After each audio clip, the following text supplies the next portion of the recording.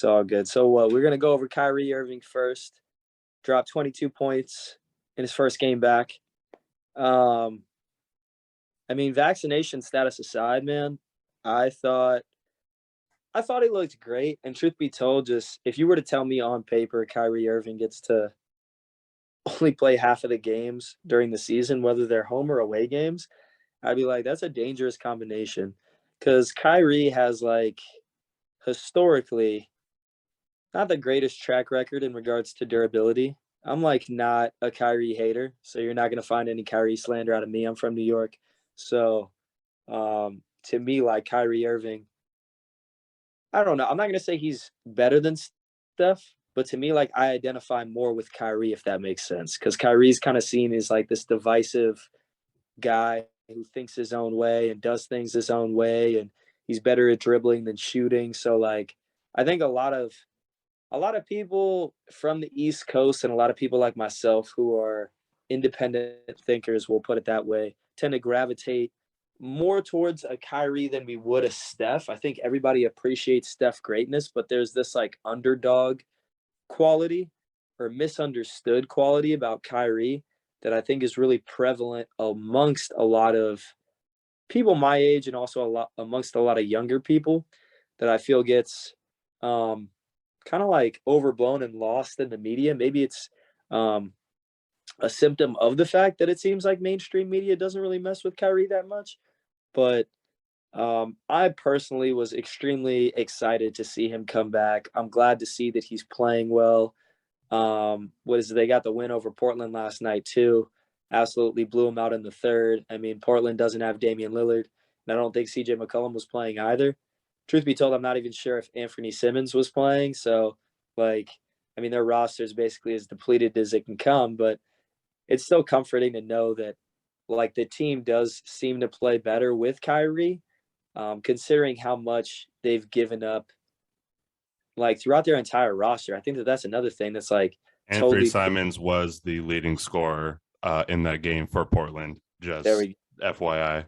I appreciate that. Thank you for the heads up. I honestly wouldn't have known though because I watched the recap on the game on League Pass and like I specifically watched it for the third because I remember watching the score of the game and like at the end of the third, Brooklyn was up by like 15 points. So I was like, whatever happened in the third, that basically decided the game. Um, and yeah, I don't know. Like I'm excited to see Kyrie back. It's comforting to know that all that time off has done them well. The Nets are in an interesting situation. Um, I, truth be told, think that it would be better if they just pay the fine and like Kyrie play all the games. And I feel like that's where this is trending. They just have to kind of let public outcry settle down a little bit. And once the CDC raises its um, recommendations, then they can go ahead and do that move for like PR reasons. But I think it's only a matter of time before you see Kyrie playing in all Nets games as opposed to just away games. I do agree. I think the Nets should ultimately just fork up the fine because the fine only gets up to $5,000, and I think what is that like? That's how much you pay for like a technical foul now. And hell, there are some players who are known for technical fouls. So I don't think that's that big of a deal. And for an NBA franchise, $5,000 is nothing. So agreed, they should just pay Kyrie. Um, uh, what else have you mentioned? We James should just Harden. take it salary, honestly, bro. Like if it's like 5,000, we should look up how much Kyrie loses per game because I feel like probably offset, dude. Like if I was the Nets, I would just be like, "Yo, Kyrie, whatever this fine is, like I'm literally gonna take it out of what we're fining you for your salary for not playing home games, and give you the difference." Like that just makes like why they didn't do that from the beginning. It just makes monetary It sense, would on he would probably lose literally like one game's value of money, and that would probably be it. right? That's what And I'm like. if that if now it would probably because I mean he'd probably miss what another we're about halfway through the season, so maybe another Bro, 30 to bro, 40 right. games. So at $5,000, so yeah, I mean solid amount of money, but I mean ultimately that's a game or two for him. Dude, if we're talking what 5,000 times 82, or yeah, no, 5,000 times, let's just say idealistically it's 41, right? If it was like an 82 game season and 41 games were played at home, like whatever 5,000 times 41 is, 205,000. Yeah, bro, that's a fucking joke. Like that's nothing compared to Kyrie Irving's That's like yearly. half what LeBron makes per game. Let's just say, let's like completely exclude the fact that this man has a Nike deal that's paying him a lucrative amount of money on the side. No Like, matter if he plays in an NBA game or not. bro, yeah, like honestly, I don't know, man. Like vaccination status aside, vaccine status aside, like to me, it makes absolutely no monetary sense or basketball sense how we just figured out why Kyrie Irving should have been playing since the beginning of the year, bro. Because I literally would have said that. I would have been like, hey, morally, we disagree. We're going to put out a statement. We feel that everybody should be vaccinated. You don't want to get vaccinated. We would prefer it. We'll give you an opportunity to. But if not, you're going to pay to make sure that you can play because that helps our brand. Like to me, like the Nets are hurting their brand by not letting Kyrie play. Like whatever altruistic stance you're taking, so be it.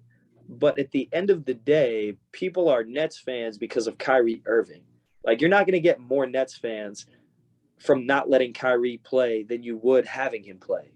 So based off that rationale alone, like he should have just been paying to be able to play in all these games, man. Honestly, it doesn't make any fucking sense to me. But I do what? agree with that. I kind of subscribe to the idea. I was listening to JJ Redick's podcast and he had Josh Hart on, and JJ asked him if they, were, waiting, or, if they were heavily waiting for Zion's return. And the answer Josh gave was, I thought, a similar answer that to the mentality that I think the Brooklyn Nets were going to take this season until all this other stuff started to happen, is that Josh said, obviously we want him back, but we're not planning to have him back, because it's like if you're planning for him, then it's kind of like you're relying on him to make you better. And I think that's obviously the direction that Brooklyn wanted to go. Is, are you probably a better basketball team having Kyrie Irving on the floor,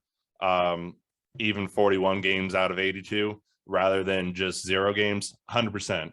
But it's the, if in those 41 games, he's averaging, anywhere from, I mean, let's even go kind of a low end, 22 to 26, that's easy for Kyrie. Especially if he's practicing stuff like that and everything like that. I mean, he could easily score 22 to 26, but if you're counting on that during the games where you don't have him, obviously you're hurting a little bit more, versus if you get that continuity without him, you're never really losing him. Rather, when you get him, yeah, it might be a little bit of a change for some people, but I mean, it's more like you're better if you have him without planning versus trying to plan and only have him 50%. I don't know. I kind of said that weird at the end.